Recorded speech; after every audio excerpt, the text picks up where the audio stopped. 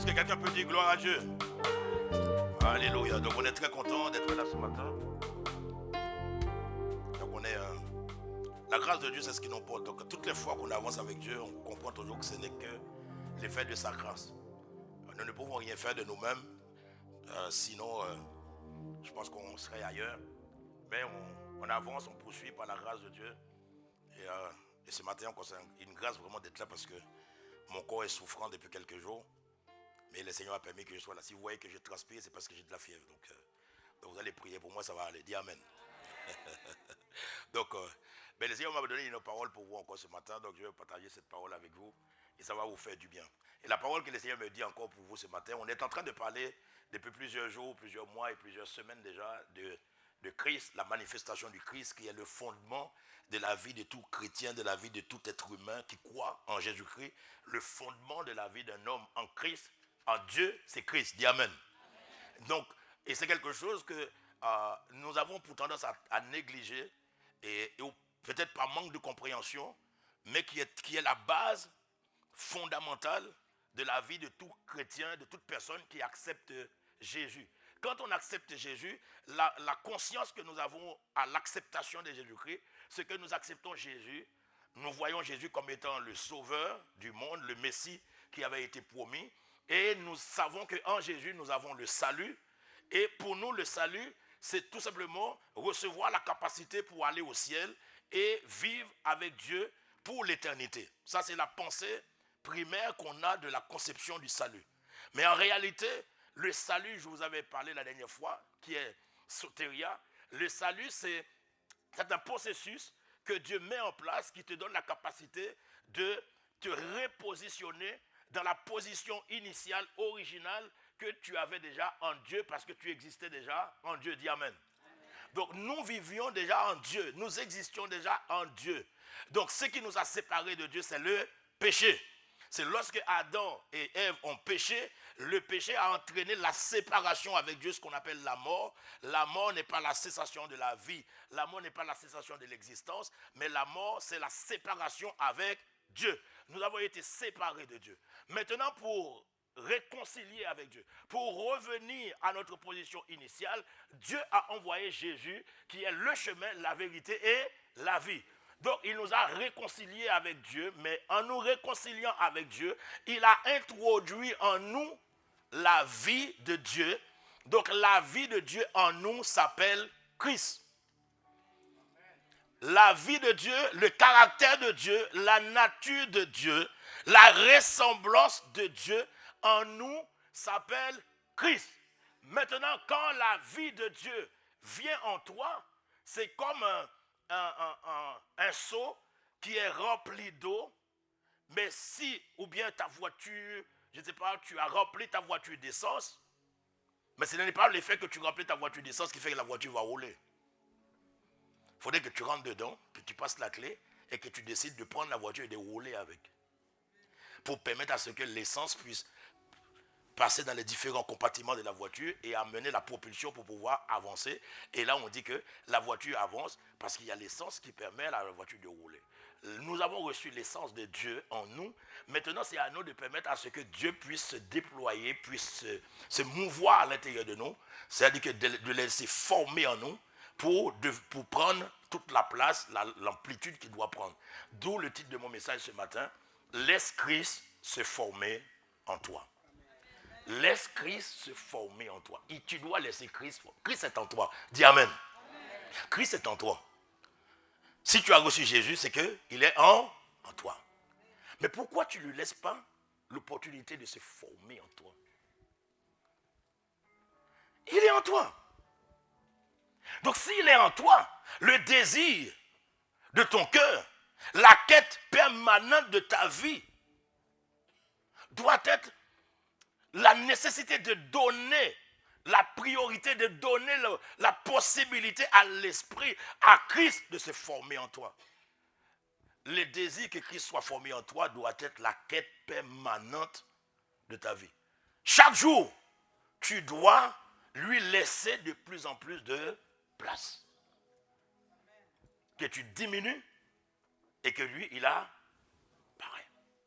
Que tu te fasses et que lui, il existe. Il faut qu'on parvienne à cela. Donc je te dis, qu'est-ce que cela veut dire que Christ soit formé en toi? Christ formé en toi est la manifestation, écoute bien, Christ formé en toi est la manifestation du Dieu invisible, la manifestation du Dieu invisible à travers la vie d'un homme. C'est-à-dire que c'est Christ formé en toi, c'est la manifestation du Dieu invisible dans la vie d'un homme de manière visible.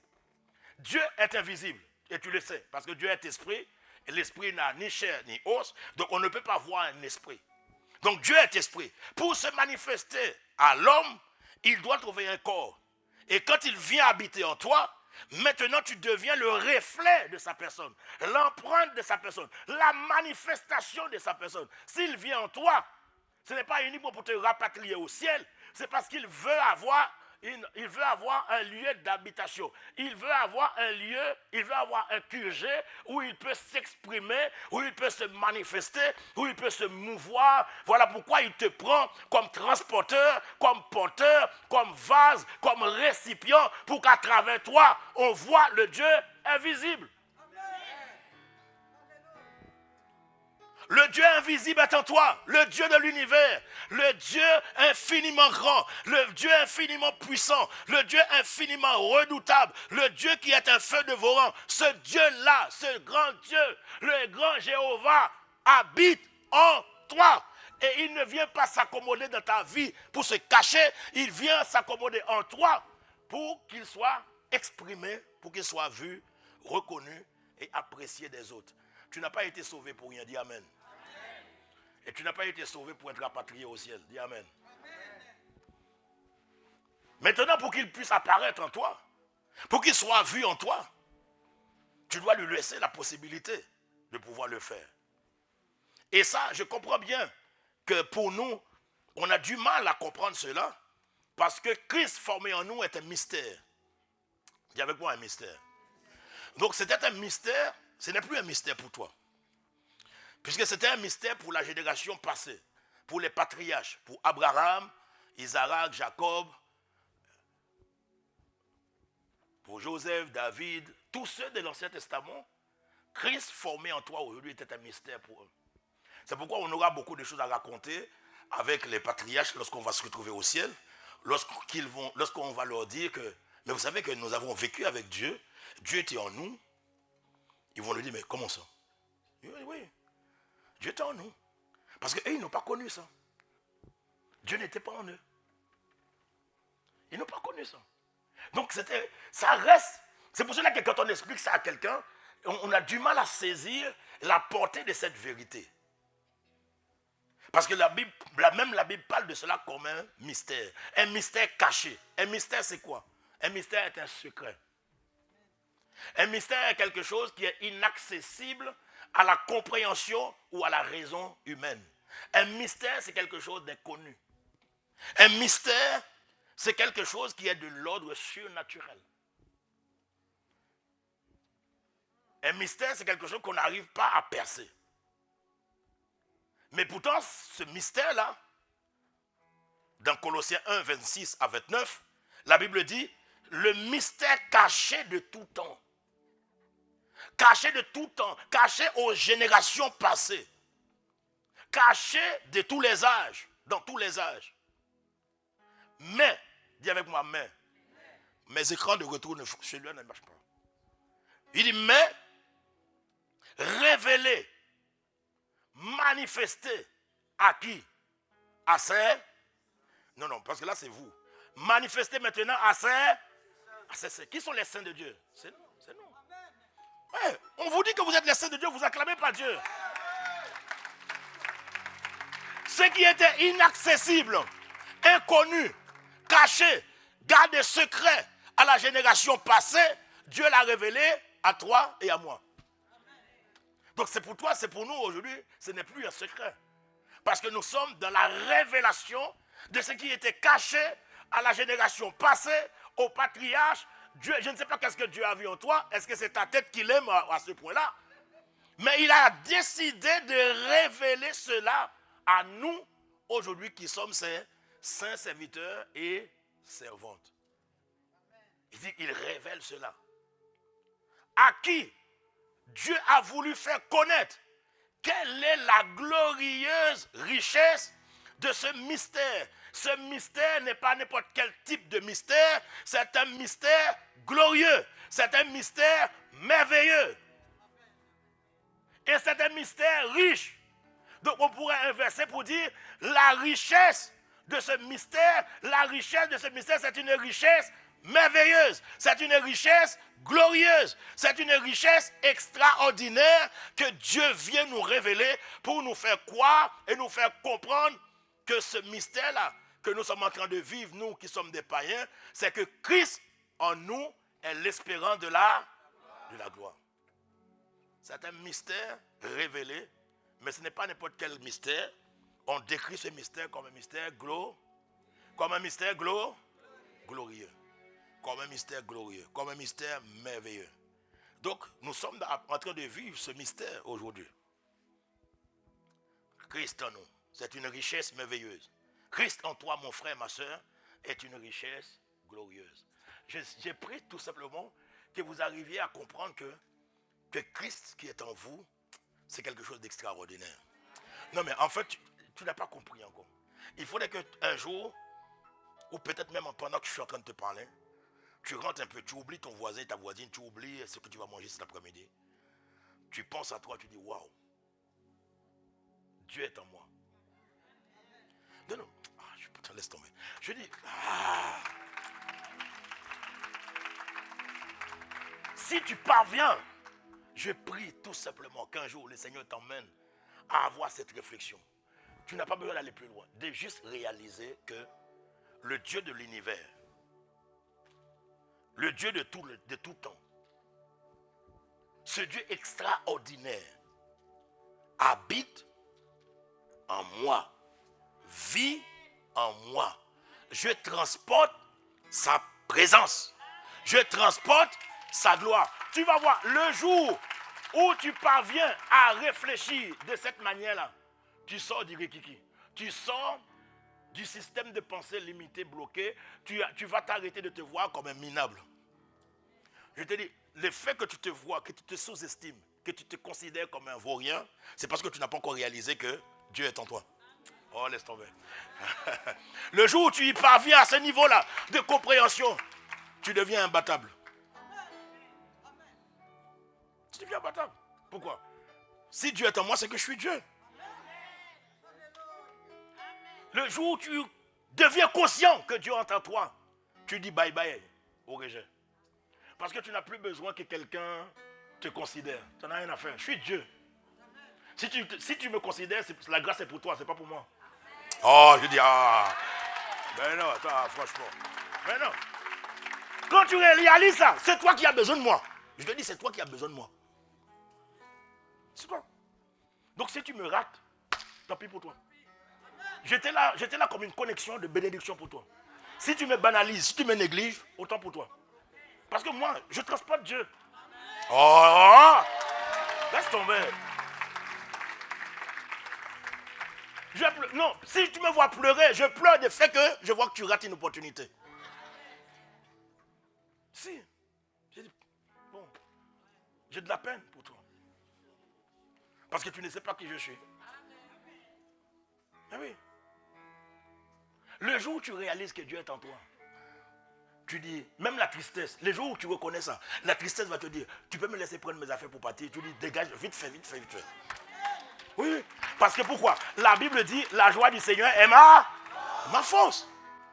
Il faut dire juste, vivre Christ, c'est réaliser que le Dieu invisible s'est rendu visible en moi. Maintenant, s'il est rendu visible en moi, ça veut dire que je vis par lui et pour lui. Paul dit, c'est lui que nous annonçons. C'est lui que je suis en train de vous annoncer.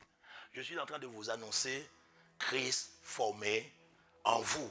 Je suis en train de vous exhorter. Je suis en train de vous instruire. Regarde bien le verset 28. C'est lui que nous annonçons. Nous annonçons quoi? L'évangile. Nous annonçons quoi? Christ formé en vous. En vous exhortant, en vous instruisant avec sagesse. Pourquoi? Afin de présenter à Dieu tout homme devenu comment? Tout homme devenu comment? Parfait. Tout homme devenu parfait. Un homme peut devenir parfait le jour où il se rend compte que Dieu est en lui. C'est-à-dire que tu deviens un bijou. Arrête de penser qu'être parfait, ce n'est pas le corps physique qui te rend parfait. Ça, on s'en moque de ça. Le corps physique, c'est au goût de tout le monde. Mais ce qui te rend parfait, est-ce que quelqu'un a déjà envoyé une note de réclamation à Dieu? Dans le plan de Dieu, il n'y a pas de SAV. Ici, ils n'ont pas compris. Je te dis, dans le plan de Dieu, il n'y a pas de SAV. Oh! Il n'y a pas de SAV. Tout ce que Dieu fait est parfait. Il n'y a pas de service après-vente, il n'y a pas de réparation. Personne n'a jamais vu. Je ne sais pas si tu as déjà dit, oh Seigneur, mais là je pense que cette étoile, à ta place, je l'aurais positionnée par là. Tu vois, mais même le ciel, je pense que ça penche de côté. Hey! Tout ce que Dieu fait est merveilleux. Regarde, même toi qui te sous-estime, même toi qui te regardes avec dédain, avec mépris, Dieu dit de toi que tu es une créature. Mais non, il n'a pas dit merveilleuse, il n'a pas dit. Il a dit si merveilleuse. Pourquoi tu enlèves le si, toi? Oh, arrête avec ça. Oh. Il a dit si merveilleuse. Et toi, tu dis merveilleuse, non, toi aussi. Non. Dis à ton voisin, je pense que c'est de quoi que tu parlais quand tu as dit merveilleuse. Non, dis ton voisin, non, dis-lui. Je pense que c'est quand tu dis merveilleuse, tu parles de toi. Parce que moi, c'est pas merveilleux, c'est si. Ouais, non, toi aussi. Ouais. Dis-lui, fais attention. Hein. Dis à ton voisin, fais attention. Hein. Fais attention à ce que tu dis. Parce qu'il est capable. Non. Non. C'est ce que nous annonçons. Il dit, c'est lui que nous annonçons, exhortant tout homme, en instruisant tout homme, en toute sagesse, afin de présenter à Dieu tout homme devenu parfait en Christ. C'est à cela que nous nous tendons, à la perfection. C'est à quoi, verset 29, c'est à quoi que je travaille. Je travaille à cela. Et tu dois travailler aussi à cela. J'aimerais bien savoir, à quoi tu travailles? Quel est ton travail? En tant qu'enfant de Dieu. Tout, ce n'est pas le travail des pasteurs. C'est la responsabilité de nous, tout un chacun, de travailler. Notre travail, c'est quoi? C'est d'annoncer l'évangile. C'est d'annoncer Christ. C'est de parler de Christ. C'est de répandre la vie de Christ. C'est de manifester la vie de Christ. Parce que Dieu a dit, pour lui, nous sommes le parfum de Christ. Un parfum, c'est fait pour diffuser la bonne odeur. Toi, tu dois prendre la responsabilité, tu dois te dire, je dois travailler. Dis avec moi, je travaille. Non, dis avec moi, je travaille. Paul dit, je travaille en combattant avec sa force qui agit puissamment en moi. Pourquoi je travaille? Je travaille pour que tous les hommes parviennent à cette dimension, que tous les hommes parviennent à cette connaissance, que tous les hommes soient présentés devant Dieu dans cette dimension de perfectionnement. Donc c'est à toi cela, nous devons travailler à cela. Pendant ce week-end, on est en train de parler sur la croissance de l'église. La croissance de l'église, les gens ils ont toujours pensé que c'est l'affaire d'un pasteur. Parce qu'un pasteur, il veut avoir une grande église. Mais ce n'est pas ça. Mon ami, le travail d'un enfant de Dieu, c'est de promouvoir le royaume de Dieu sur la terre. Promouvoir le royaume de Dieu sur la terre, c'est de gagner des âmes. Tu ne vas pas me dire, tu fais partie d'un gouvernement, tu travailles à ton profit, toi aussi. On va te virer. Bon, il y a des pays... Non, mais en fait, vous comprenez mal. Vous pensez que le royaume de Dieu, c'est un pays quelque part sur la terre. Où les ministres, ils en mettent plein les poches, ils ne travaillent pas pour le bien-être du pays, et puis ils sont toujours là au pouvoir depuis 1950. Dans le royaume de Dieu, nous sommes là pour promouvoir le... Non, je dis dans le royaume, nous sommes là pour promouvoir le royaume des cieux. C'est à cela que nous travaillons. C'est ça ton travail. Ton travail, c'est ça. Il y a des gens qui me disent, ouais, mais pasteur, c'est quoi ma destinée? Ta destinée, c'est de travailler pour que les hommes soient sauvés. Arrête de me demander ta destinée. Ta destinée de quoi? Tu as une destinée. Aller annoncer la bonne nouvelle. C'est ça ta destinée. Prêcher l'évangile.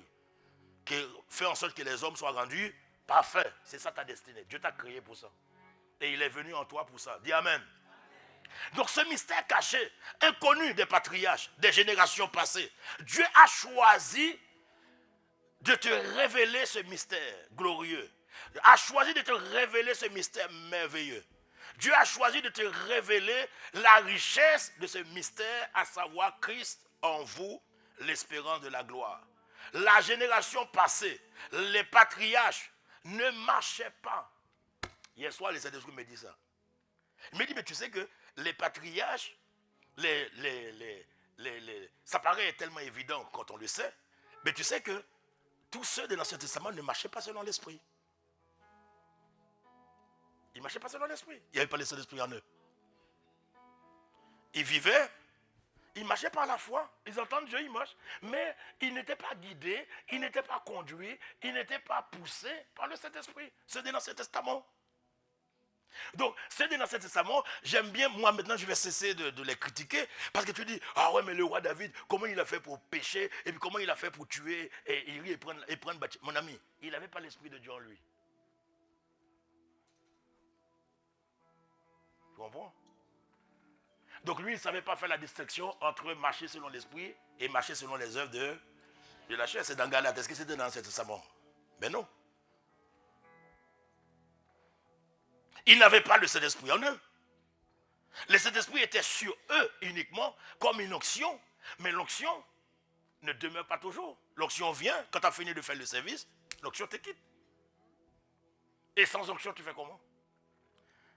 L'onction vient comme la gloire qui était venue sur Moïse, après avoir passé 40 jours dans la présence de Dieu. On dit de cette gloire, c'était une gloire, on appelle cette gloire comment? Passagère. C'était pas venu pour rester. Ces gens-là vivaient par la foi, mais ils n'étaient pas remplis du Saint-Esprit.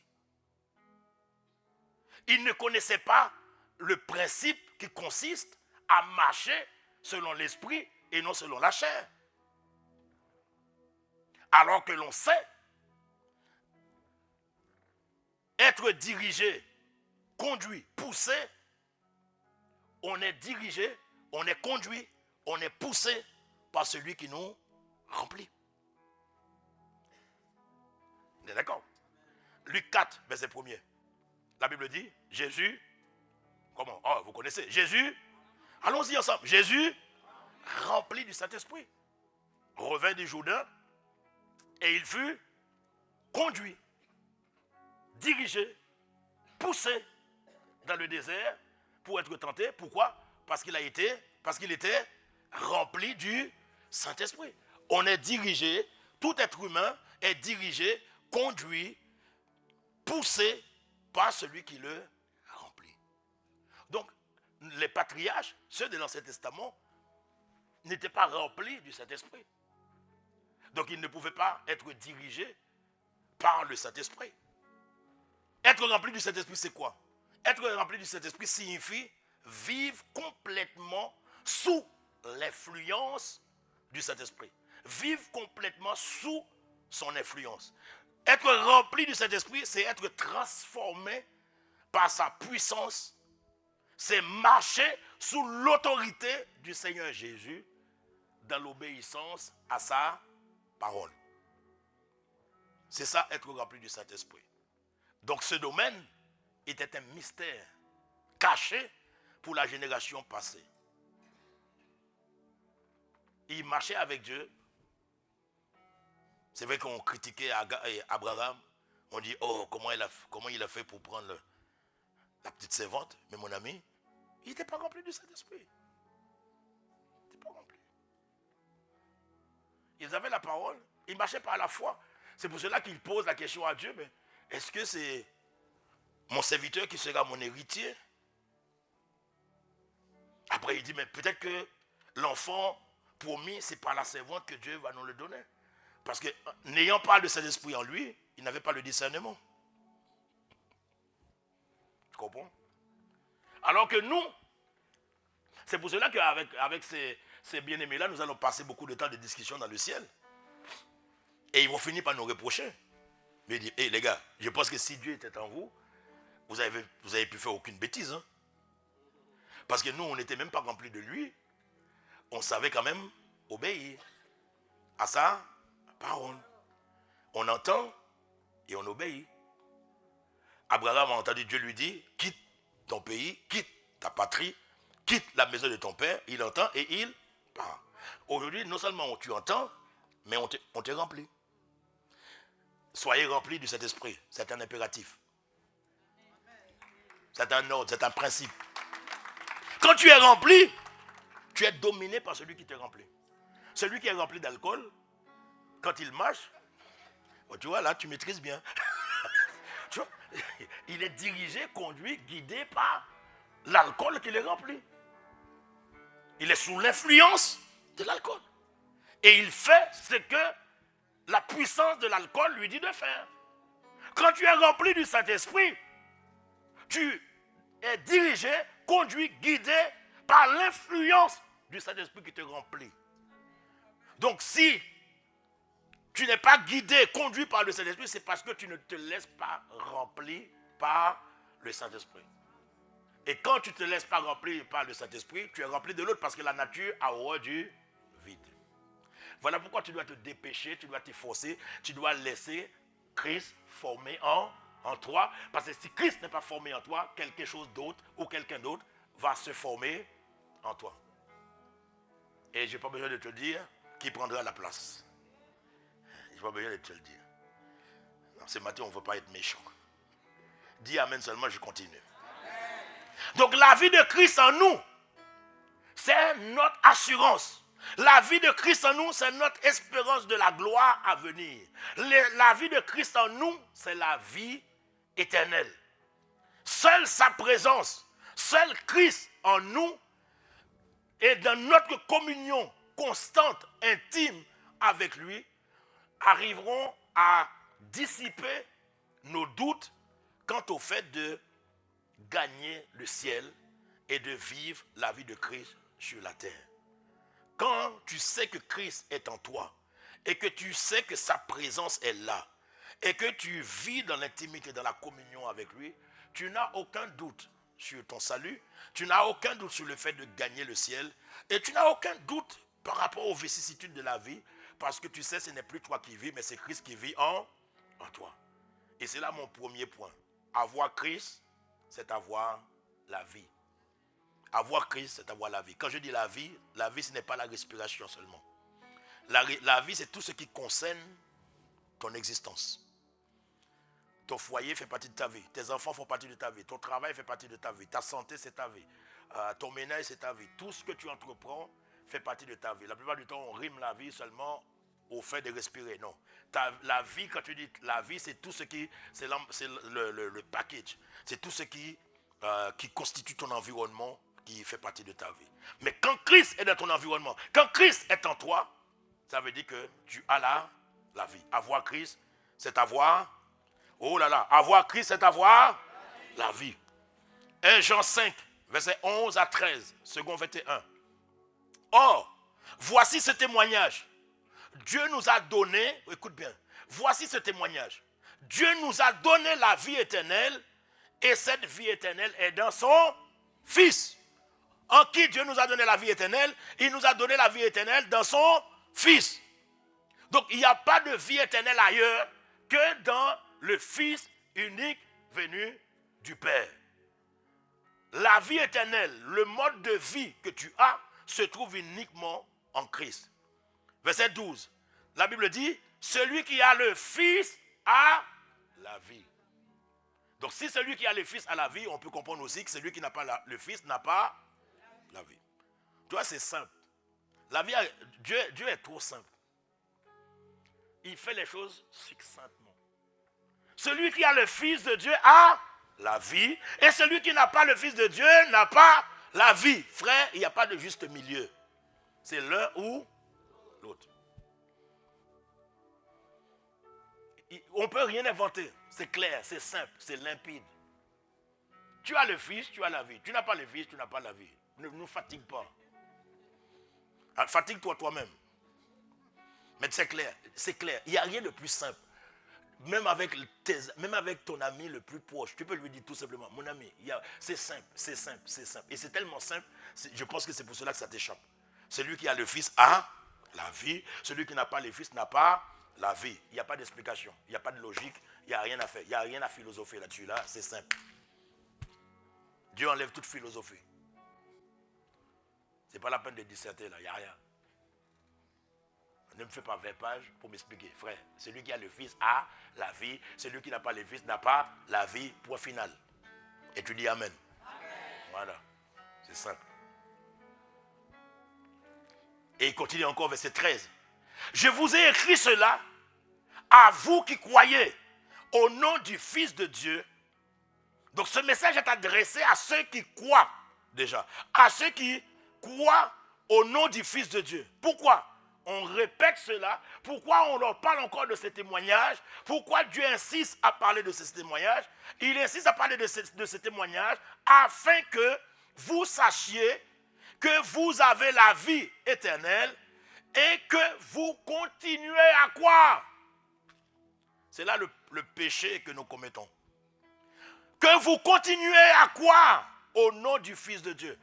Les chrétiens d'aujourd'hui ne continuent pas à croire. Ils viennent à l'église, mais ils ne continuent pas à croire au nom du Fils de Dieu. Hein? Beaucoup. Ils ne croient plus. Je dis qu'ils ne croient plus. Ils sont devenus des religieux. Ils viennent à l'église, c'est une question de routine. Ils viennent à l'église parce que ça fait partie de leur train-train. C'est dimanche, c'est le jour consacré au repos, à la prière. Mais ils ne croient plus. C'est facile de savoir les gens qui ne croient plus. Ces gens-là s'appuient beaucoup plus sur le témoignage des hommes. Ils s'appuient plus sur leur sagesse. Ils définissent eux-mêmes leur emploi du temps. Ils définissent eux-mêmes leur mode de vie. Ils réfléchissent en fonction d'eux. Ils ne croient plus. Ils savent que quelque part, j'ai dû accepter Jésus. Je crois avoir cru en lui.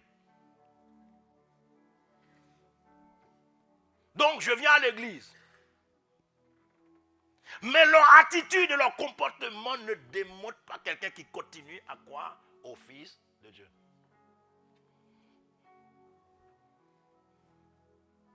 Ce qui fait à l'église, on se retrouve avec beaucoup de païens.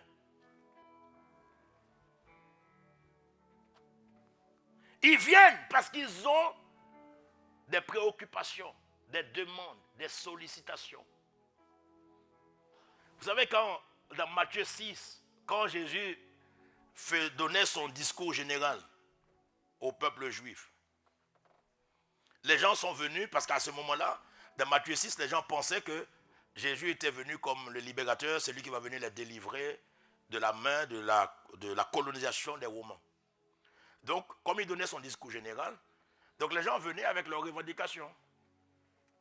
Et c'était des Juifs. Il dit alors, le candidat Jésus, lorsque tu prendras le pouvoir, lorsque le gouvernement romain sera renversé et que toi tu deviendras le roi d'Israël, que ferons-nous? De quoi serons-nous vêtus? Que mangerons-nous? Que buvons-nous? Comment nos enfants allons-ils aller? Comment nos enfants vont-ils à l'école? Est-ce que vous allez créer des universités? Est-ce que vous allez faire ceci? Est-ce que vous allez faire cela? Est-ce qu'il y aura des hôpitaux? Est-ce qu'il y aura des routes? Et c'est là que Jésus va leur dire, tout ce dont que vous demandez, tout ce dont que vous êtes en train de revendiquer, ce sont les païens qui les recherchent. Il parle à des juifs qui sont très loin d'être des païens. Mais regarde, les gens viennent dans la présence de Dieu parce qu'ils ont besoin. Alors, candidat Jésus, c'est comme mon mariage. Candidat Jésus, c'est quand ma maison, c'est quand mon voyage, c'est quand mon titre de séjour, c'est quand ma guérison, c'est quand mon miracle, c'est quand ma délivrance. Jésus, je vote pour toi. Pourquoi? Quand est-ce que tu vas me donner l'argent, le travail? Nanani, nanana, mon ami, Jésus est en train de te dire, tout ce don que vous revendiquez, ce sont les païens qui les recherchent. Quant à vous, les enfants de Dieu, ceux qui croient en Jésus-Christ, ils ne cherchent pas ces choses, mais ils cherchent d'abord Premièrement, le royaume et ma justice. Ah ben oui, là tu ne vas jamais dire amen. Ceux qui continuent à croire au Fils de Dieu, ce sont ceux qui continuent à chercher l'intérêt du royaume. Toutes les fois où tu ne cherches pas l'intérêt du royaume, ça veut dire que tu es en train de chercher ton propre intérêt. Et quand tu cherches ton propre intérêt, cela veut dire que tu ne continues pas à croire au nom du Fils de Dieu. Et ces gens-là se confient davantage dans leur sagesse humaine, au lieu de se confier au témoignage que Dieu a rendu au sujet de son Fils. Et Thomas et Philippe faisaient la même chose auprès de Jésus. Thomas et Philippe insistaient auprès de Jésus en disant, montre-nous le Père, montre-nous le Père. Nous voulons voir le Père. Jésus est là. Mais les gars, ils ne s'arrêtaient pas de dire à Jésus, mais montre-nous le Père, montre-nous le Père. Jean 14, verset 7 à 11, second 21 encore. Face à leur insistance, regarde ce que Jésus va leur dire. Hé les gars, si vous me connaissiez, vous connaîtriez aussi. Allons-y, prêchons ensemble. Si vous me connaissiez, vous connaîtriez aussi mon Père. Et dès maintenant, vous le connaissez. Et vous l'avez vu. C'est-à-dire qu'en me voyant, tu l'as vu. Oh, tu dis en me voyant, tu l'as vu. Et Philippe va continuer, verset 8. Seigneur, montre-nous le Père, et cela nous suffit. Et Jésus lui dit, il y a si longtemps que je suis avec vous, et tu ne me connais pas, Philippe. Celui qui m'a vu a vu le Père. Comment peux-tu dire, montre-nous le Père? Ne crois-tu pas que je suis, écoute bien, ne crois-tu pas? En fait, je vais vous apprendre à lire la parole. Ici, ce n'est pas Jésus, c'est toi. C'est pour cela que quand vous lisez la parole, oh, ça c'est Jésus. Mon ami, ces choses ont été écrites pour vous servir d'exemple. Quand tu lis la parole de Dieu, quand on parle de Jésus, tu enlèves Jésus, tu mets toi. Le Jésus dont on parle, ce n'est pas Jésus qui est monté au ciel, c'est ton grand frère, mais le Jésus qu'on parle, c'est toi. D'accord? Là, tu vas juste imaginer un camarade de classe, un collègue, un ami, qui te dit, mais toi tu crois en Dieu, montre-moi Dieu. Mais tu crois en Dieu, je vais voir Dieu. Montre-moi ce Dieu-là en qui tu crois. D'accord? Reviens au verset précédent. Voilà. C'est comme ça, c'est ainsi que tu dois lire la Bible. Quand tu prends ta Bible, quand tu lis ce texte, Jésus n'est plus. C'est toi qui représente Jésus. C'est toi qui es Jésus. C'est toi qui es Christ. C'est toi qui es Dieu maintenant. Quelqu'un te dit, montre-moi Dieu. Parce que tu me dis que tu crois en Dieu. Moi, je n'ai jamais vu Dieu. Ben, montre-le-moi. Et toi, qu'est-ce que tu vas répondre à cette personne-là? Tu dis, mais mon gars, depuis longtemps que je suis avec toi, si tu me dis, montre-toi Dieu. Si tu me connaissais, tu connaissais aussi. Oh là là. Si tu me connaissais, tu allais connaître aussi Dieu. Merci. Et je dis, mais montre-moi Dieu. Je dis, mon gars, depuis le temps que je suis avec toi, c'est maintenant que tu me demandes de te montrer Dieu. Mais tu sais que celui qui, si tu m'as vu, c'est que tu as vu. Oh là là, je parle de toi. Je dis, si tu m'as vu, c'est que tu as vu Dieu. Parce que Dieu est où? Il est en moi. Donc si tu me vois, tu vois Dieu. C'est pour cela que ton nom n'est pas Fabienne Dupont. Ton nom c'est Fabienne Christ. Moi je m'appelle Amour Christ, Osmith Christ, Joël Christ, Linda Christ, Sandra Christ. Mais c'est ça votre nom. Votre nom c'est ça. Non, parle à ton voisin. Maintenant, dis-lui ton nom. Dis-lui ton nom. Maintenant, c'est. Non, dis-lui. Non. Enlève le nom de la famille. C'est Christ. C'est Christ humain. C'est Christ humain. C'est Christ humain. C'est Christ. Même ta femme à la maison, il ne faut pas qu'il t'appelle Monsieur Goudé Amon. Non, c'est Monsieur Amon Christ. Parce que celui qui m'a vu a vu le Père. Et c'est ça que nous devons réaliser, mes bien-aimés. Quelqu'un qui te voit, c'est parce que tu te banalises. Comme tu te banalises, les gens aussi te banalisent. Comme toi, tu ne te rends pas compte que tu es Dieu, les gens ne voient pas Dieu en toi. Jésus était avec eux. Jésus avait 2 mains, 2 pieds, 2 yeux, 2 oreilles comme toi. Jésus sur la terre était 100% homme. Jésus sur la terre n'était pas Dieu. Jésus sur la terre était comme nous en ayant Christ en lui. Jésus n'était pas un extraterrestre. Jésus était 100% homme. Quand Jésus a agi sur la terre, il a agi comme étant le fils de l'homme, pas comme le fils de Dieu. Ce qui lui a fait faire la différence, c'est le même Saint-Esprit qui était en lui, qui est en toi. Arrête. Hey, si Jésus était plus, il n'allait pas dire aux disciples, en les quittant, il est avantageux pour vous que je m'en aille. S'il dit qu'il est avantageux pour vous que je m'en aille, c'est que sa présence était limitée. Jésus n'était pas omniprésent sur la terre. S'il était omniprésent, Lazare ne serait pas mort. Parce qu'il aurait fallu prendre la route, faire 4 jours pour arriver. Sinon, il aurait pu dire, Lazare, pouf, paf. Tu comprends? Jésus était un homme comme toi et moi. Il mangeait, il buvait, il était angoissé, fatigué, épuisé, comme moi. D'accord? Mais Christ en lui a fait faire la différence. Christ est en toi, tu peux aussi faire la différence. Et Jésus le savait tellement. Il dit non, écoute les gars, non seulement vous allez faire les œuvres que j'ai faites, mais vous en ferez de... Il a fait dire, vous en ferez de plus petites? Mais toi aussi. Et vous en ferez de plus grandes.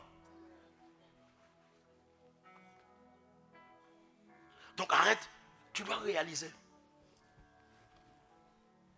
Christ est en moi. Donc, si tu me vois, si tu cherches Dieu, voilà Dieu. Maintenant, ça va se démontrer. Et c'est là qu'on te demande que Christ soit formé en vous. Parce que tu dis quand tu es Dieu, les gens ne vont pas voir Dieu de manière physique, ils vont voir Dieu à travers les actes. Quand il y a l'amour, il dit ça c'est l'amour de Dieu. Quand il voit ta joie, il dit ça c'est Dieu. Quand il voit ta patience, il dit ça c'est Dieu. Quand il voit ta tempérance, il dit ça c'est Dieu. Quand on voit ton attitude, ta manière de parler, tu dis ça c'est Dieu. C'est ça? Et Jésus va dire à Philippe, les gars, écoute, regarde bien encore. Allons-y. Il dit que ne crois-tu pas que je suis dans le Père et le Père est en moi? Et c'est ce qu'on vient de te dire auparavant. Dieu est en toi et tu es en Dieu. Les paroles que je vous ai dites, je ne les dis pas de moi-même. C'est le Père qui vit en moi, qui fait lui-même ses œuvres. Verset 11. Croyez-moi, je suis dans le Père et le Père est en moi. Sinon, croyez-moi au moins à cause de ses œuvres. Si tu ne me crois pas quand je te dis que je suis Dieu sur la terre et que si tu m'as vu, tu as vu Dieu au moins. Si tu ne me crois pas, au moins croyez en mes œuvres. Tu as vu comment moi je suis patient? Tu as vu comment moi je suis rempli d'amour? Comment je peux aimer mes ennemis? Comment je pardonne? Comment je suis rempli de bonté? Tu as vu comment je suis joyeux même au milieu des difficultés? Tu as vu comment je suis dans la paix, jamais angoissé? Ça c'est de l'humain ça? Même si les gens ne veulent pas, ils disent, ben non, là, quand je vois comment tu réagis face à des situations, tu dis, c'est-à-dire que, on dit, tu vois, malgré les tohu-bohu, il y a une fois que j'étais à Saint-Gilles, il y avait un truc qui est passé à l'église, et il y avait, à l'époque j'étais dans le conseil, il y avait les membres du conseil qui étaient là, ils s'agitaient, ils m'envoyaient des messages. Comme le pasteur n'était pas là, j'étais le responsable du culte. Et il m'envoyait des messages. Il dit, Papa Amon, tu ne réagis pas. Tu dis quoi? Tu fais quoi? Les messages arrivent sur mon portable. Quand il voit, je ne lise pas. Il m'envoie des morceaux de papier. Je suis resté calme. Parce que la Bible dit, c'est dans la tranquillité, dans le calme qui est ta force. Je suis resté calme. Je laisse. Et maintenant, quand le pasteur est revenu dans une réunion de conseil, et ils étaient en train de parler, parce que voilà, le culte était comme ceci, mais on a envoyé plein de papiers, on a fait plein on a remonté tout cela à Amon qui était responsable, mais il n'a rien fait, il n'a rien dit. Après, il y a une soeur qui me dit, mais dis-moi, comment tu fais dans une telle situation pour rester calme?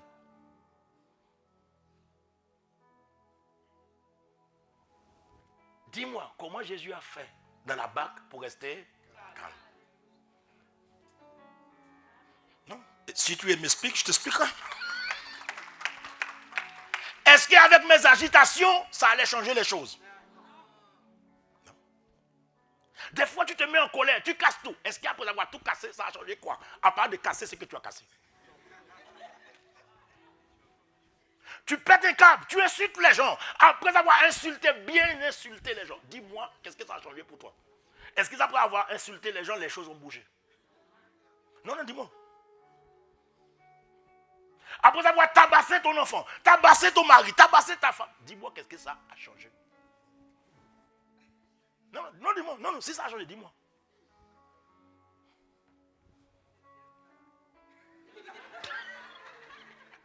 Non, dis-moi. Dis-moi.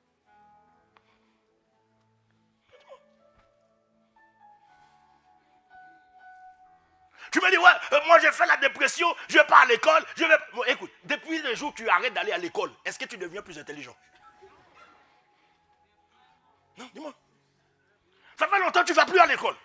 Ça fait plus, déjà, tu n'étudies plus. Tu restes dans ton lit. Depuis le temps que tu restes sur ta couette, dis-moi qu'est-ce que ta couette t'a amené. Depuis le temps que tu dors avec la dépression, dis-moi ce que madame dépression t'a amené. Ou monsieur dépression. Non mais réfléchis, non mais réfléchis. Mais quand tu es capable de vaincre la dépression, l'oppression, de vaincre les vicissitudes de la vie, si les gens ne veulent pas reconnaître que tu es Dieu, mais ils verront à travers tes actions, c'est incontournable. Mes œuvres parlent. Mes œuvres parlent. Mes œuvres parlent. Jésus dit, au moins croyez en mes œuvres. Voilà pourquoi tu dois savoir que Christ, Dieu est en toi. Jésus dit, je suis dans le Père et le Père est en moi. Dis avec moi, je suis dans le Père. Non, non, dis-le avec conviction. Tu dois sortir avec ça dans ta tête aujourd'hui, dans ton cœur, que tu es dans le Père. Dis avec moi, je suis dans le Père et le Père est en moi. Non, tu dois le dire, je suis dans le Père et le Père est en moi. Le Père est en toi. Tu es dans le Père et le Père est en toi. Voilà pourquoi tu dois augmenter l'intensité de Christ en toi à travers tes œuvres, ton caractère, de manière à que, vous savez, quand Christ est en toi, c'est pour cela que Christ se forme en toi au fur et à mesure. Avant, c'est des choses que je réalise un peu plus tard. Avant, tu sais, à Paris, quand tu conduis, c'est pas comme ici à Strasbourg. À Paris, les gens ils te collent. Autrefois, tu me colles, je freine. Oui. Oui. Même si sur l'autoroute, tu me colles, je freine. Tu me mets des flashs, je ralentis. Oui. Je fais ça. Tu te déplaces devant moi, tu ne mets pas de clignotant, je te klaxonne. Ouais. Le feu est vert. À la fraction de seconde, tu ne démarres pas. Paf! Dégage! Laisse chez toi! En fait, tu es bête. Tu parles derrière la personne ne t'entend même pas. Ok, toi tu faisais jamais ça. Ça c'est mon témoignage. Oui, oui, c'est bon. Ouais, tu vois, vous marrez bien des gens. Ok. Un jour vous allez conduire à Paris, vous allez voir. Oui, c'est ce qu'on fait. En fait, j'étais comme une boule de nerf. Comme une boule de nerf. En fait, tu démarres au cas de tout. Et parfois, tu klaxonnes. C'est une personne qui vient de passer son permis. Et quand tu klaxonnes, tu perds encore plus de temps parce que ça met la pression à la personne, sa voiture va commencer par caler. Mais tu sais, au fur et à mesure que j'avance avec Dieu, à un moment donné, je me dis, mais, hé, pourquoi je ne klaxonne plus les gens? Je ne klaxonne plus. Je ne crie plus. Je n'insulte plus les gens dans la voiture. Espèce de dégage! En fait, plus Christ s'est formé, plus il change ton attitude. Oui. Il change. Oui. Et du coup, les gens disent, mais tu ne réagis plus. Qu'est-ce qui s'est passé? Il s'est passé que je suis en Dieu et Dieu est en moi. Et comme il est en moi, il déteint sur ma vie. Quand Christ est formé en toi, il va déteindre sur ton attitude. Tu vas voir la personne vulgaire que tu étais, grossière, change. Le menteur devient quelqu'un qui dit la vérité. Oui. En fait, plus Christ grandit en toi, plus il va expulser ce qui n'est pas de lui. Pour prendre toute la place. J'avais des mauvaises pensées tout le temps. J'avais des mauvaises pensées. Moi, j'étais quelqu'un depuis mon enfance, je vivais dans des arrière-plans. Je fais des arrière-plans. Je peux être là et je voyage. Je peux être là et je me vois à Miami. Bah oui, je ne vais pas me voir à Zimbabwe et toi aussi. Bah oui, arrêtez. C'est incroyable. Tu veux que je me vois à Zimbabwe, c'est pourquoi. J'ai rien contre les Zimbabwéens, mais bah oui, j'ai fait des. Bah oui, bah quoi. Ah, les gens, ils sont mariés. Pourquoi Miami, oui. Non, mais c'est incroyable ça. Pourquoi tu veux que je me vois là-bas? Mais j'avais des pensées. C'est-à-dire que ma tête tourne tout le temps. Et je voulais que ces pensées-là me lâchent. J'ai prié, j'ai jeûné. J'ai toutes ces pensées. En fait, quand tu vis dans ces pensées, ça dit que tu refuses la vie que tu vis. Les pensées, ça, il te fait sortir de ton contexte pour te proposer un contexte imaginaire. Et si tu restes dans ces contextes imaginaires qui ne seront jamais des réalités, la preuve, je suis en France et Dieu a voulu que je sois à Strasbourg, pas à Miami, pas au States, mon gars, ici. Si tu restes dans ces pensées, tu allais être ici, mais être aigri, frustré. Parce que tes pensées ne sont pas ici avec toi. Tes pensées ne sont pas les pensées de Dieu. Les voix de Dieu ne sont pas tes voix. Mais pour sortir de ces pensées, c'est au fur et à mesure que Christ est formé en moi. Un jour, je me dis, mais où sont passées ces pensées? Effacées. Oui.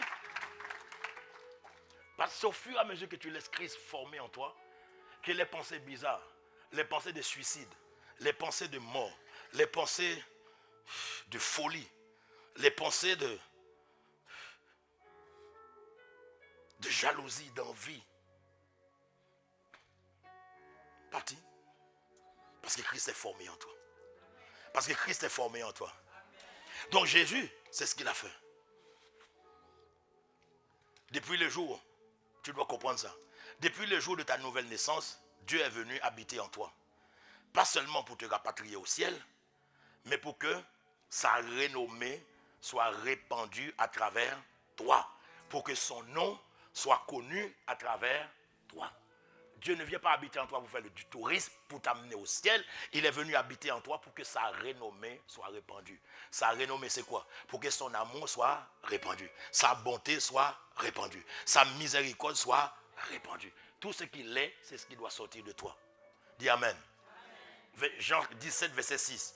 J'ai fait connaître, Jean 17, verset 6, il dit, j'ai fait connaître ton nom aux hommes que tu m'as donné du milieu du monde. Est-ce que tu peux dire ça? Quand tu prends ta Bible et que tu arrives sur ces versets, on dit j'ai. Si on parlait de Jésus, on aurait dit il. C'est toi. Arrête de me lire la Bible et de dire, écoute, c'est marqué j'ai. C'est toi. J'ai fait connaître ton nom aux hommes. Est-ce que quand tu lis ça, ça veut dire que quand tu lis ça, tu es en train de dire à Dieu, j'ai fait connaître ton nom aux hommes. Si c'était Jésus, je te dis, on allait dire, il a fait connaître ton nom aux hommes. Mais c'est toi. J'ai fait connaître ton nom aux hommes que tu m'as donné du milieu du monde. Le monde, c'est ton ethnos. Le monde, c'est ton école. Le monde, c'est le collège où tu vas. Le monde, c'est ton entreprise. Le monde, ce sont tes voisins et tes voisines. Le monde, ce sont tes amis. Le monde, ce sont le cercle des gens qui t'entourent. Est-ce que tu fais connaître Dieu à ces gens-là? Le milieu dans lequel tu te trouves, c'est le milieu que Dieu t'a donné. Il dit, j'ai fait connaître ton nom aux hommes que tu m'as donnés. Est-ce que vous savez que les étudiants de ta classe, ce sont les hommes que Dieu t'a donnés? Est-ce que tu sais que les gens de ton entreprise, ce sont des gens que Dieu t'a donnés? Est-ce que tu sais que là où tu travailles à l'hôpital, là où tu travailles à l'université, là, peu importe l'endroit où tu te trouves, les gens qui sont là, quand tu es dans l'avion, quand tu es dans un milieu, quand tu prends le tram, quand tu prends le train, le TGV, les gens qui sont là, ce sont les gens que Dieu t'a donnés. Parce que si tu n'étais pas là, moi des fois je dis quand je voyage, j'ai dit aux gens, vous allez bien voyager. Toutes les fois que je prends l'avion, je dis, tiens, voilà, ils vont voyager sur mon dos, quoi. Parce que toi, tu ne réalises pas que Dieu est à toi. Parce que quand je monte dans l'avion, ce n'est pas moi, c'est Christ qui monte. Donc si Christ monte, l'avion ne peut pas tomber. Donc comme toi, tu es dans l'avion, tu es protégé. Oh, toi aussi. Mon ami, c'est parce que tu ne réalises pas. Mais les jours que Dieu va te passer le film de ta vie, tu vas voir un jour, tu étais à Place Kléber. On dit, hey, madame, tu vois, il y a tel jour, tu étais à Place Kléber. Il y avait un brigand, un bandit qui était là, qui devait égorger quelques personnes sur la place, ou bien qui devait poser une bombe, peu importe. Mais il est venu, il est reparti. Pourquoi? Parce que tu étais là. Non, pas toi, parce que Christ était là. Tu dis, hein? Il est parti à cause de... Oui, oui, oui. Parce que moi en toi, fais en sorte que ça l'a dissuadé de dire, pas aujourd'hui. Frère, si quand Dieu va te montrer le nombre de fois le bus dans lequel tu as voyagé, toi-même tu vois ce bus-là devait faire un accident. La manière que le chauffeur il conduit là. Surtout dans les pays où il n'y a pas de route. Toi-même en partant, tu dis Seigneur, si je n'arrive pas, au moins je vais arriver chez toi. Ouais, c'est la prière que tu fais avant de partir. Toi-même tu connais le chemin. Tu dis Seigneur, c'est où j'arrive, ou bien tu dis, me voici dans ta présence pour toujours et à jamais. Parce que tu sais que les routes sont pas bonnes. Et tu as voyagé. Parce que tu es dans le bus. Et on sait au pays, les gars, ils ne changent pas les plaquettes, ils ne changent pas d'huile. En fait, dès que tu vois la voiture, je ne dis pas dans quel pays, j'ai pris un taxi, pendant que je roule, je regarde, je vois le sol en dessous. Je dis, ah! C'est gars. Ah! Tu t'assois, tu vois le sol. Mon gars. Donc si on doit freiner, on freine avec une patte. Donc quand tu arrives, et en plus ce n'est pas des taxis qui te prennent que toi, hein, c'est des taxis, au fur et à mesure qu'ils rencontrent des gens sur la route, on monte. Mais parce que tu es là, parce que Christ, je suis en Dieu et Dieu est en moi, il te protège. Tu imagines tout ce que tu as mangé comme microbes? Non mais réfléchis bien.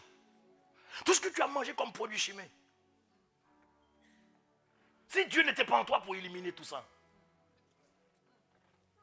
c'est parce que tu ne réalises pas. Tu penses que c'est parce que c'est une question de chance. Mon ami, ce n'est pas une question de chance, c'est une question que Dieu vit en toi. Et comme il est en toi, tu dois faire en sorte que les gens qu'il te donne, Dieu te donne le monde dans lequel tu vis est un monde que Dieu t'a donné. Et tu dois faire connaître Dieu à ce monde-là. Tu dois faire connaître Dieu. Tu ne peux pas être au bureau et ne pas faire connaître Dieu à ton voisin de bureau, à ton camarade de classe. C'est ton monde. C'est le monde que Dieu t'a donné. Et quand tu lis ce verset, tu dois pouvoir dire clairement devant Dieu, j'ai fait connaître ton nom aux hommes que tu m'as donné du milieu du monde.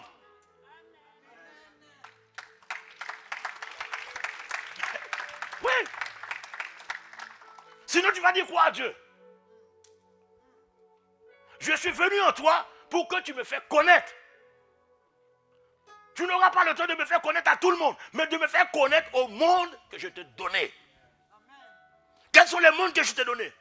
L'école, c'est le monde que je t'ai donné. L'entreprise, c'est le monde que je t'ai donné. L'université, c'est le monde que je t'ai donné. L'entreprise, toi tu penses que tu étais là-bas, il est pour gagner de l'argent. C'est faux. Dieu aurait pu te donner de l'argent chez toi.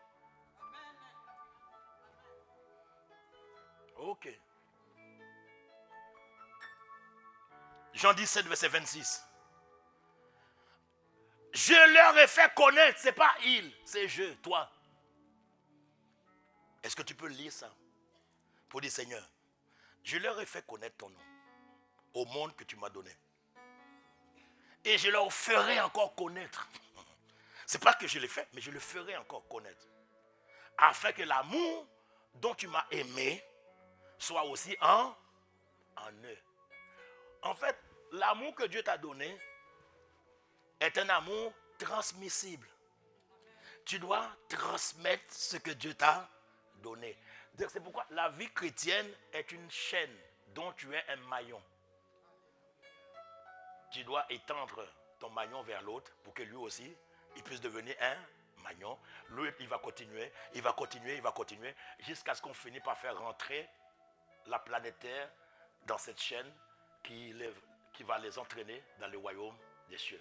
Plus tu étends ton maillon, plus on va attirer des gens, plus on va dépeupler l'enfer pour peupler le royaume. C'est ça ta responsabilité. Pourquoi? Parce que personne n'a jamais vu Dieu. Vous savez ça? Personne n'a jamais vu Dieu, puisqu'il est esprit. Et l'esprit est invisible. Jean 1, verset 18. Tu sais, personne n'a jamais vu Dieu. D'accord? Verset 18, regarde bien. Personne n'a jamais vu Dieu. Le Fils unique. Est-ce qu'il y a des fils de Dieu ici? Donc, que ce soit fille ou pas, fils, dans le monde spirituel, il n'y a pas de genre. Masculin, féminin, ça c'est pour la langue française, d'accord? Est-ce qu'il y a des fils de Dieu ici? Ok. Regarde bien le texte. Personne n'a jamais vu Dieu. Le Fils unique. Toi, chaque enfant de Dieu est un fils unique. C'est pour cela que Dieu te considère comme si tu étais le seul qu'il a sur la terre. Parce que quand Dieu vient devant cette assemblée-là, il ne considère pas l'assemblée. Il considère chaque personne individuellement. Parce qu'il a une histoire particulière avec chaque personne. La manière dont il m'aime, quand tu vas voir comment il t'aime, c'est comme si je n'existe plus. Mais il a un amour. En fait, c'est un mystère. Dis Amen. Il dit le Fils unique qui est dans le sein du Père est celui qui l'a fait connaître. Le Fils unique qui est dans le sein du Père, c'est-à-dire que le Fils unique qui est dans l'intimité du Père, qui est dans la communion avec le Père, qui est dans la romance avec le Père, qui est dans la communion avec le Père. C'est lui qui est celui qui le fait connaître. Tu es celui qui peut faire connaître Dieu. Personne ne connaîtra Dieu si toi tu ne le fais pas connaître. Parce que pourquoi? Toi tu vis dans le sein du Père. Tu vis dans l'intimité avec le Père. Toi tu veux l'intimité pour que le Saint-Esprit te fait guiler. Et puis de temps en temps tu tombes, tu te relèves, tu cries. Tu dis, oh Saint-Esprit, oh mon ami. Quand le Saint-Esprit vient chez toi, que tu tombes ou que tu ne tombes pas, l'intimité avec le Saint-Esprit, c'est pour que tu puisses faire connaître Dieu. Tous ceux qui vivent dans l'intimité avec le Père, ce sont eux qui doivent faire connaître Dieu. Personne ne l'a jamais vu.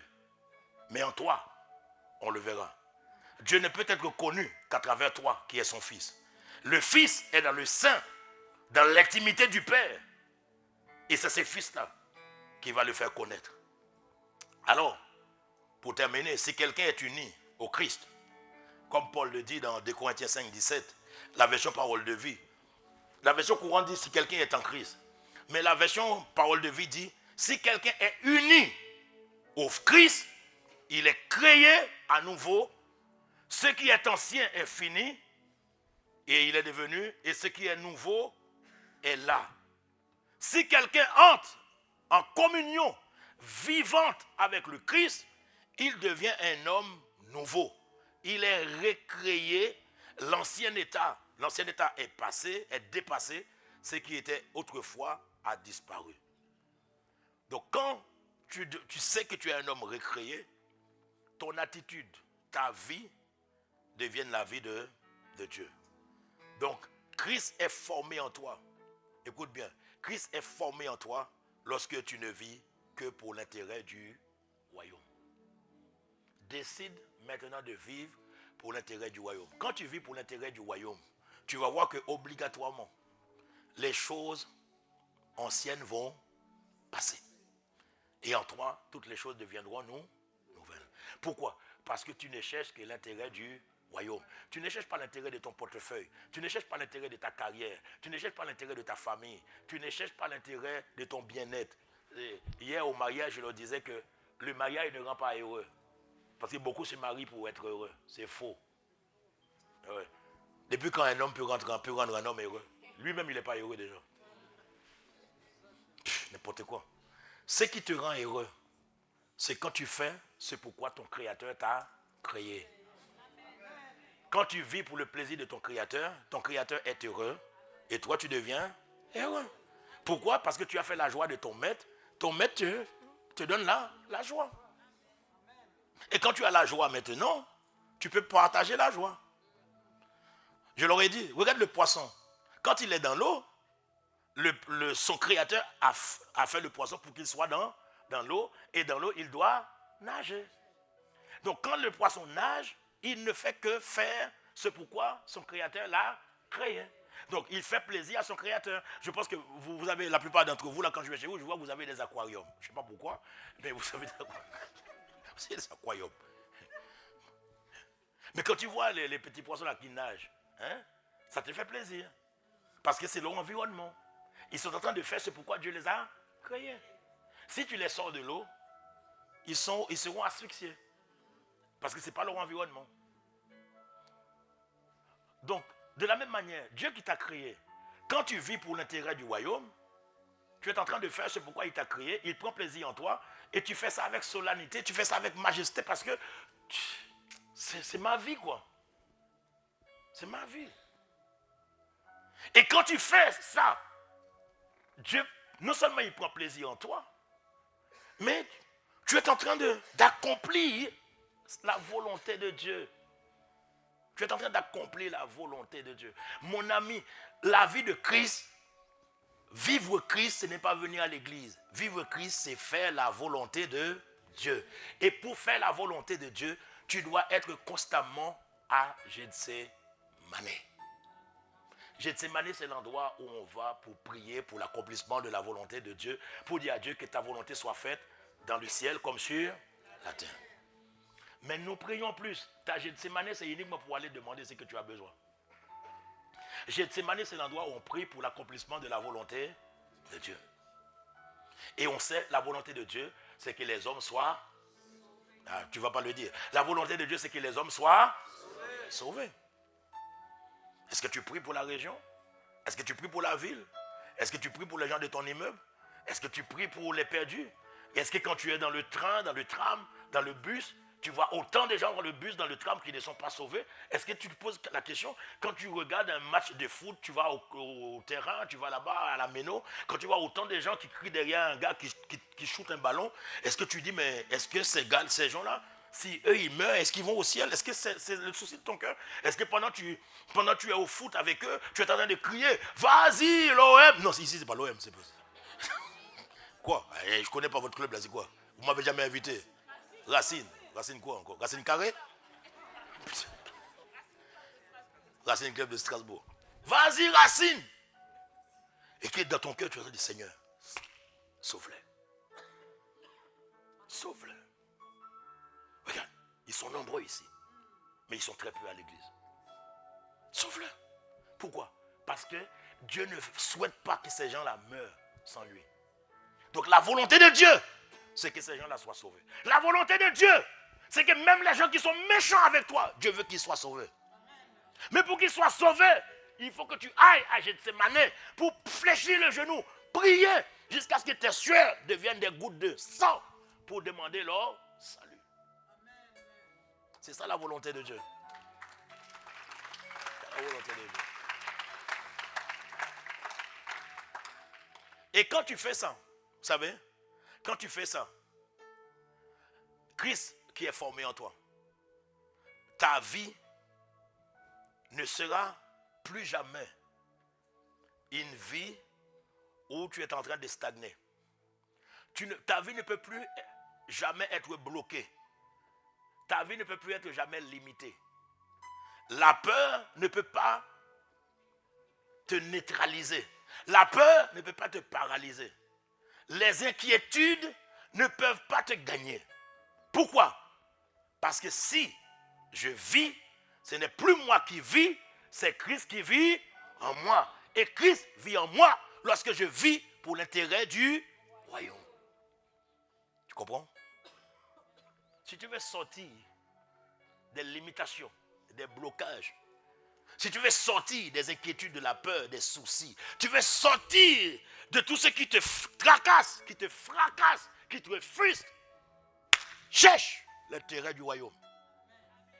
Quand tu cherches l'intérêt du royaume, le royaume, Dieu va dire yes, remplis-le ou remplis-la de moi. Et une personne remplie de Christ, remplie de Dieu, c'est une personne imbattable.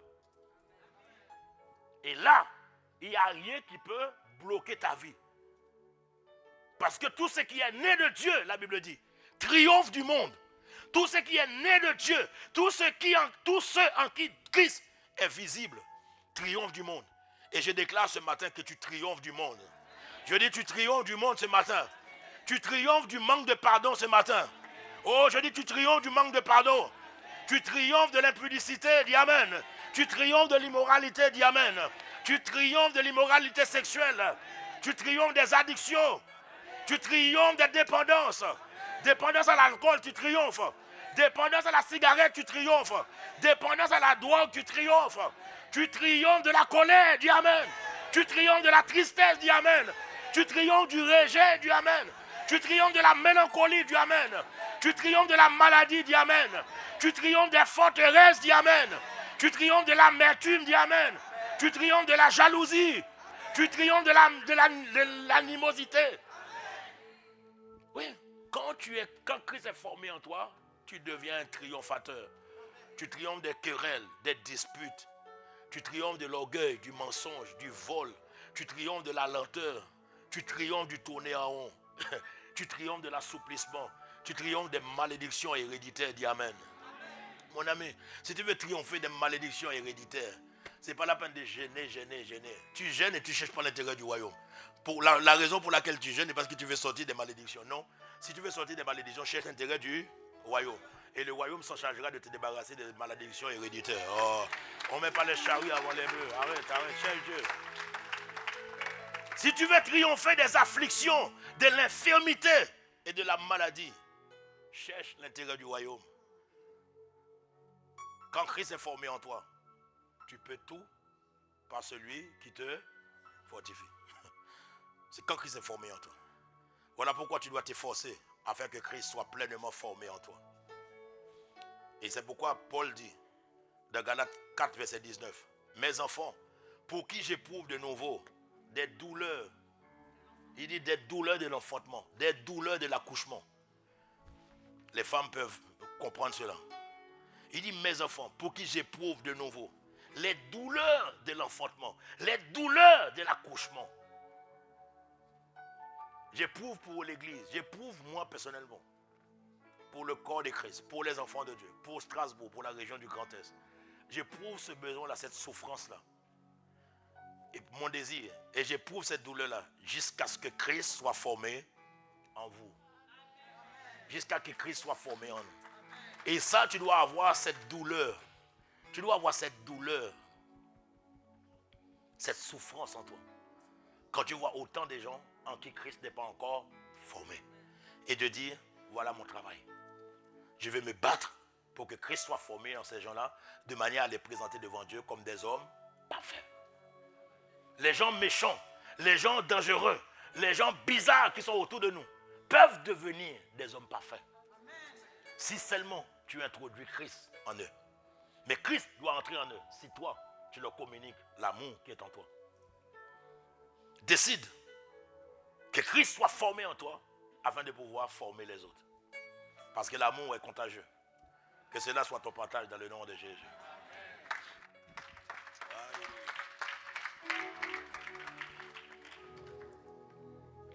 Je veux Christ pleinement formé en moi.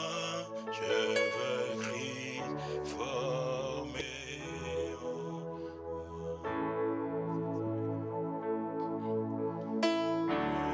Christ pleinement formé en moi. Je veux Christ pleinement formé en moi. Je veux Christ pleinement formé en moi. Je veux Christ formé en moi. Oui, je veux Christ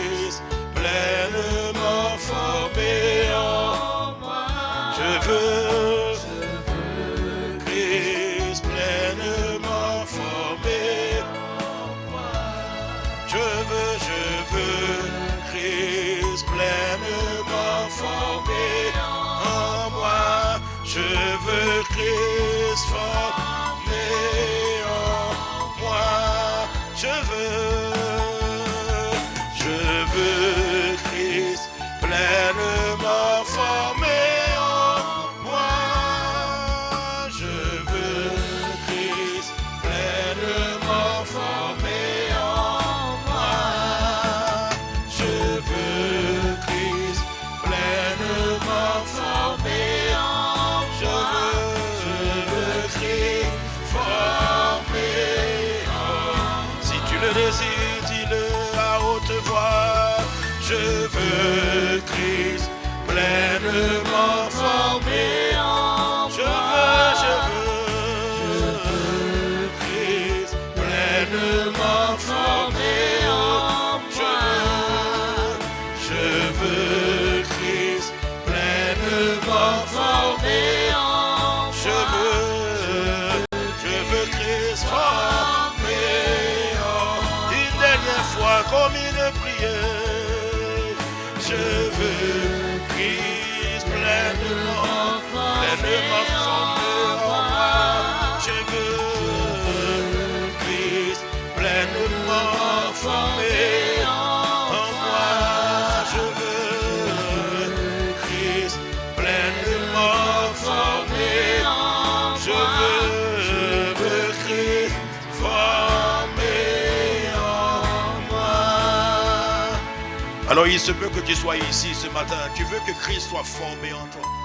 Mais le premier pas à faire pour que Christ soit en toi, pour que Dieu soit rendu visible en toi, Dieu ne va pas faire irruption dans ta vie si tu n'ouvres pas la porte. C'est pourquoi dans le livre de l'Apocalypse, il dit, voici je me tiens à la porte et je frappe. Si quelqu'un entend ma voix et qu'il ouvre la porte, j'entrerai chez lui, je souperai avec lui. Donc ça veut dire que si tu n'as pas reçu Dieu dans ta vie, Dieu ne va pas rentrer de force. Il va toujours te tendre la main. C'est à toi de prendre, de saisir sa main.